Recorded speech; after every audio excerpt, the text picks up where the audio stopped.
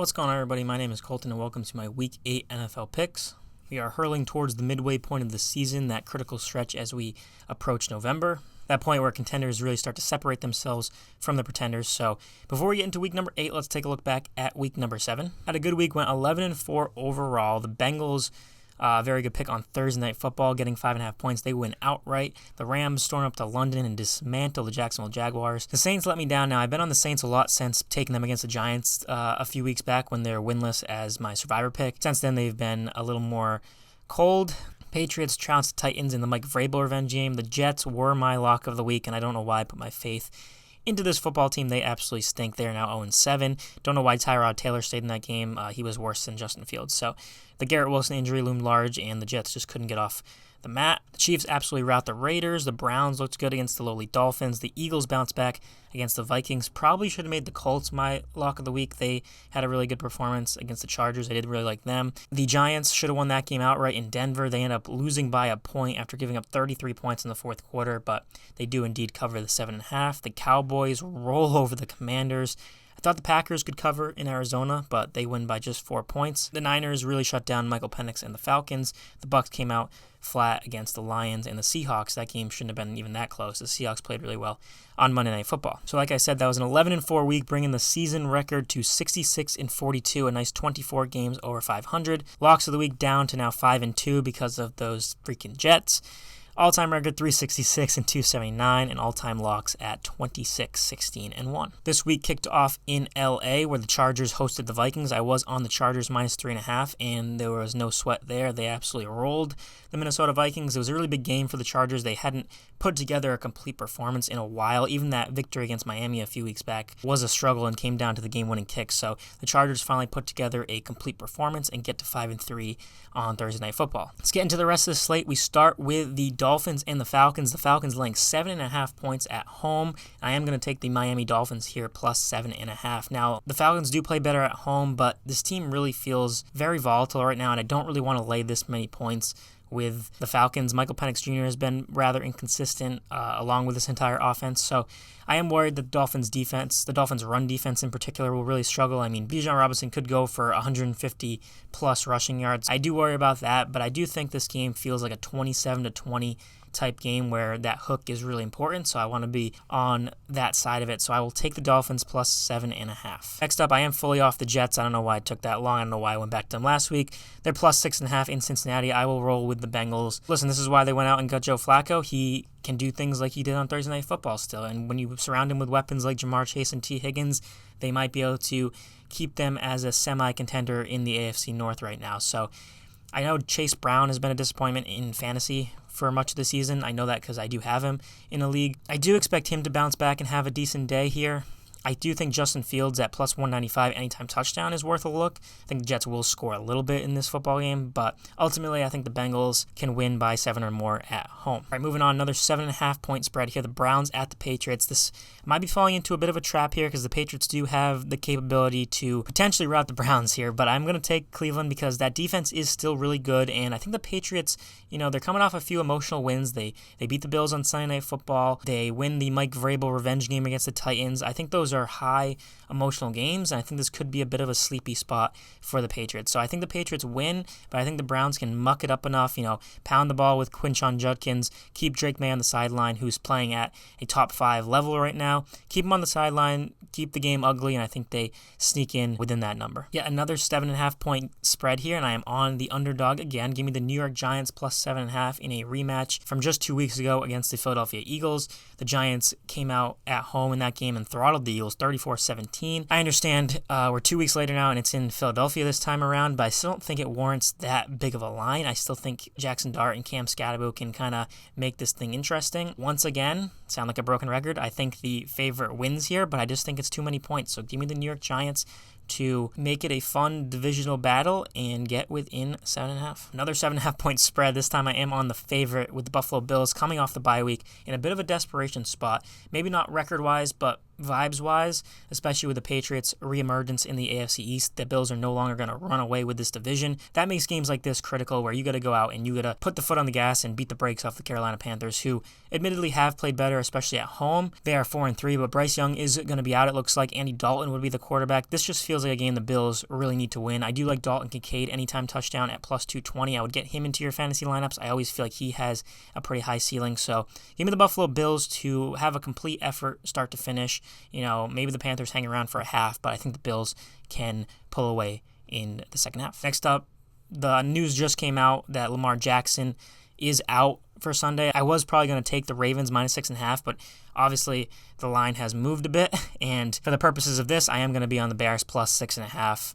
I think the Ravens will still come out with that desperation, but Tyler Huntley is still Tyler Huntley. I just don't know the ceiling there. Rome Odunze, I really like his props in this game. I expect him to potentially find the end zone. He is plus 150 to do so. He has been really good, and Ben Johnson's offense has been pretty good. DeAndre Swift has looked great.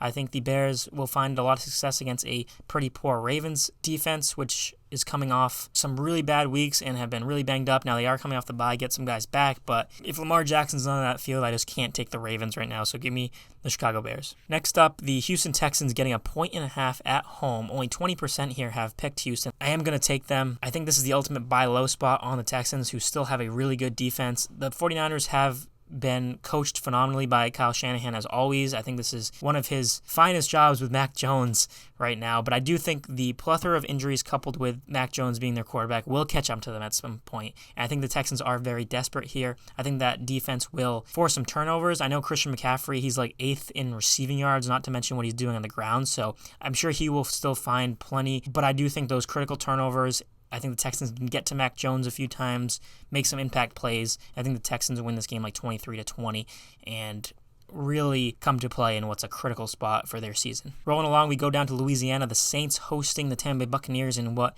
could be a fun divisional matchup. I am going to take the Saints once again here, plus 5.5. I actually think they could win this game outright. I'm probably going to pick them to do so. The Bucs are just really banged up right now, and the vibes that were very high are starting to teeter. They got absolutely throttled by a great Lions team last week, but Mike Evans goes down. He will likely be done for the year. Bucky Irving's still out. Chris Godwin's still out. It's going to really come down to Ibuka, Rashad White, and the heroics of Baker Mayfield, and I just don't know if it's going to get done this week in a divisional matchup in a really tough place to play. So give me Chris Olave to have a good day. I think he gets into the end zone. I would continue to start him in fantasy. He's been a pretty pleasant surprise with Spencer Rattler. So give me the Saints plus 5.5, and I do think they have a good chance to win this game outright. All right, next one, a fun one in Denver. One of the best offenses in football, and the Dallas Cowboys going to take on that really good Denver defense. I'm taking the Cowboys plus 3.5. I have been on the Cowboys quite a lot this year. I'm really impressed with what I'm seeing from this offense. Now, obviously, the defense is atrocious, so Bo Nix and the Broncos might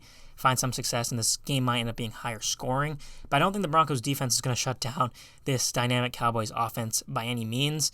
Getting 3.5, Sean Payton's been too busy taking subtle shots at Russell Wilson, which is kind of annoying. But I do think this Broncos team down the stretch, I think it's going to be a bit of a roller coaster ride for them. I think this is one of the lows this week. I think the Cowboys win this game on the road, so give me that 3.5. All right, next up, a hold your nose game of the week, the Tennessee Titans at the Colts. I am taking the Titans plus 14.5. I was finally on the Colts last week. I took them against the Chargers, as you saw. But I just think this number is so swollen now. It's inflated to 14.5. I have to take the 2 touchdowns plus the hook with the Titans. I think the Colts are going to win. I have them probably as I'm still alive in Survivor. I will probably take the Colts this week just because I don't fully trust the Bengals over the Jets. But I just think that's too many points. I think they will win this game by between 7 and 14, and that puts us still within that number. So it is gross. I'll admit that. Tyler Warren has been amazing for the Colts. Shout out to him. I would look to continue to look at his numbers. He's been a fantasy revelation as well. I believe he is having almost just as good of a season, not complete numbers-wise as Brock Bowers did last year, but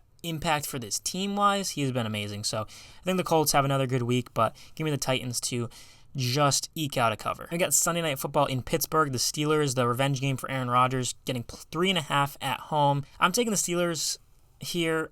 I haven't been overly impressed with the Packers. I think they're actually pretty disappointing, even though they're 4-1-1. I just think this team should be a lot better than what they're showing each week. I've always been a fan of Jordan Love. He's still playing pretty well himself, but the defense has been kind of lackluster. I just think they don't have consistent good-looking offense, if that makes sense. Don't get me wrong, I don't fully trust this Pittsburgh team either, but I just think this game means more for Aaron Rodgers than the Packers organization, and I do put value into that. So give me the Steelers under the lights at Acrisure Stadium to get a win and cover the 3.5 points. And finally, we got the Commanders and the Chiefs. This number just went up to 12.5 because of the Jaden Daniels news.